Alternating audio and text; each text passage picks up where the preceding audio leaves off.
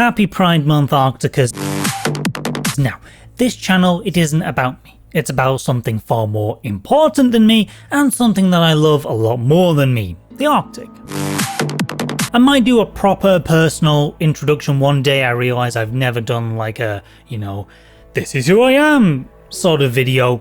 Maybe I'll do something like that. Maybe when I hit 1,000 subscribers, I'll do an AMA or some kind of live stream where you can ask me questions, something like that. But although I've not really given much personal information away, let's just say that Pride Month is important to me. And I wanted to talk briefly about the history of queerness in both sexuality and in gender in Arctic cultures and communities. A statement that you'll hear fairly often from a lot of Arctic community leaders, especially the older generations, goes something like, homosexuality is a southern thing and we don't do that here. And I'm very aware of the irony of someone with this accent talking about Indigenous elders being wrong. I'm aware of that being a problem. But the truth of that statement is far, far more complicated. Because it wasn't queerness that came from the South.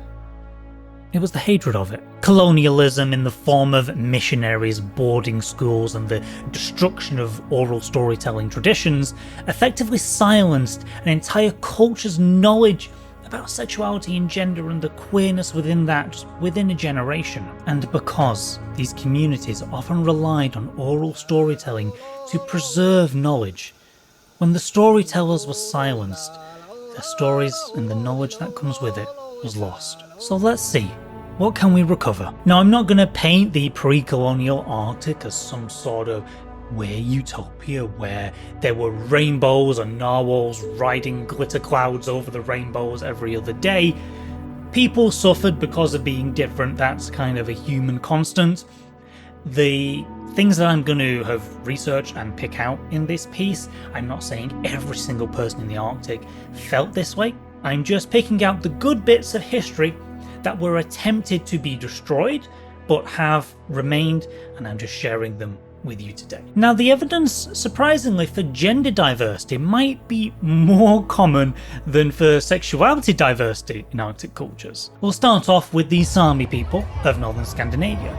In the Sami histories and cultures, there is something that often comes up, and that is a type of shaman that they call a nuadi. The nuadi is a sort of spiritual mediator between the material and the spirit worlds, and these mediators are believed to have existed outside of the gender binary. And let's be clear, this isn't unique, and this isn't unusual globally at all. From the two-spirit people of native North America, to the Fa'afafine of Samoa, to the Hijras of South Asia, civilization after civilization across human history, going back to ancient Mesopotamia 12,000 years ago, humans have independently realized that gender is a spectrum. The Sami artist Britta Marakatalaba shared an oral tradition that was passed down to her when she was a child, that all children begin as one-gendered, and that sometimes the creator simply forgot to make the change as a child grew. And how colonialism disrupted these feelings is very well documented.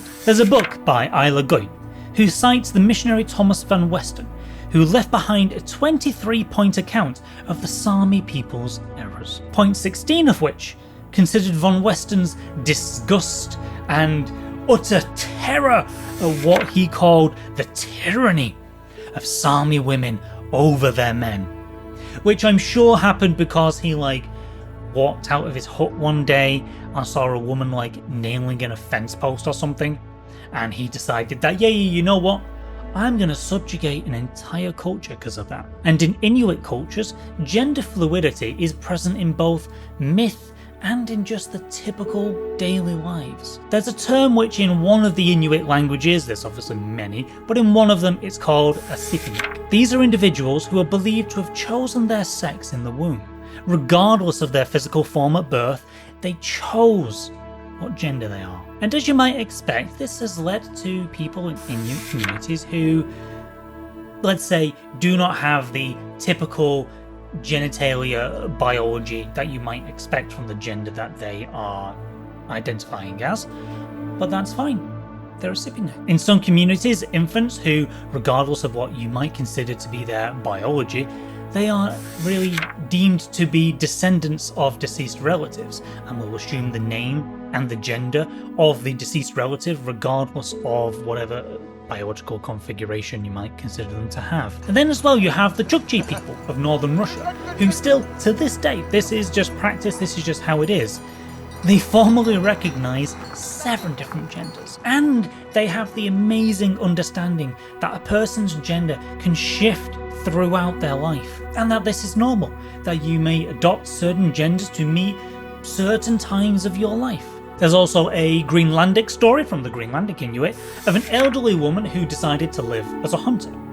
She married her daughter-in-law and eventually transformed into a man. And then over to Alaska, I think then that covers the whole Arctic.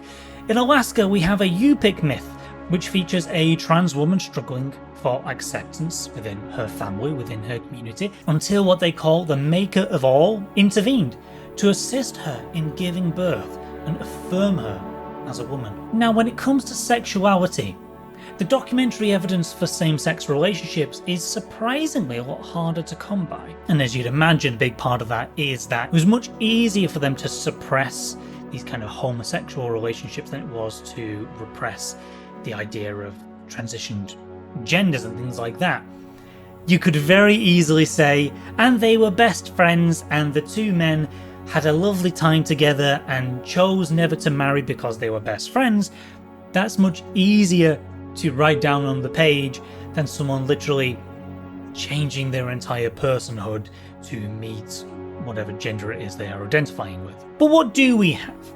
So starting again with the Sámi region, we have the study The Silence in Sápmi by Anna Hedvig Heidrundsdottir, who spoke with queer Sámi people who unanimously believed that pre-colonial Sámi society was far more open to queer relationships. For Inuit communities, let's look to a professor from the University of Manitoba, Chris Todd, who noted that homoerotic activity between men on hunting trips or between women while the men were away wasn't considered a transgression. It was just normal. It was just something that was fine when you did. Long-term same-sex partnerships probably were not common. And honestly, I think it's likely that long-term same-sex relationships in these kind of hunter-gatherer communities were to an extent shamed, and I can see why. You have these communities where every single childbirth is supremely important, that the mortality rate for children is very high, that the population levels are so low. So I can see it happening where the idea of being in a relationship which doesn't lead to children being born, I can see how that would come about some sort of shame. But importantly, same-sex intimacy wasn't a big deal. So the picture that emerges from the research I've done, from the picture I've been able to paint, it's not of a queer paradise, but the picture is of societies that learned that difference, it is normal, even if it's different, and you might not always like different. Different is normal. And this was the case until those southerners who apparently brought the gayness with them told them not to.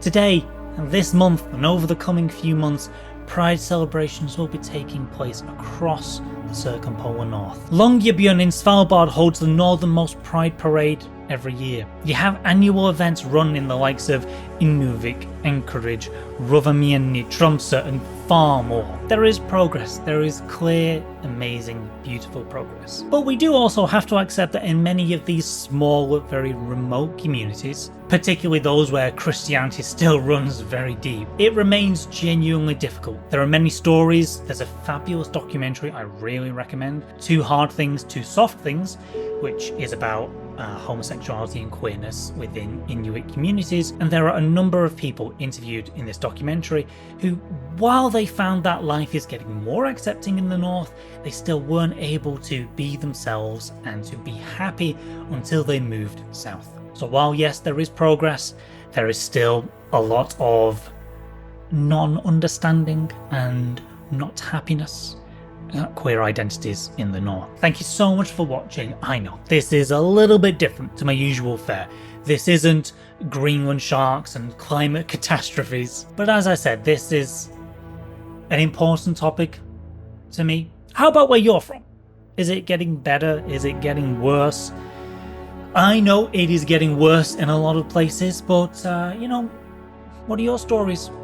Your stories of some beautiful little things, some new great things happening where you're from? I would love to hear them. As always, please do remember to help out the channel with liking, with commenting, with subscribing to the channel.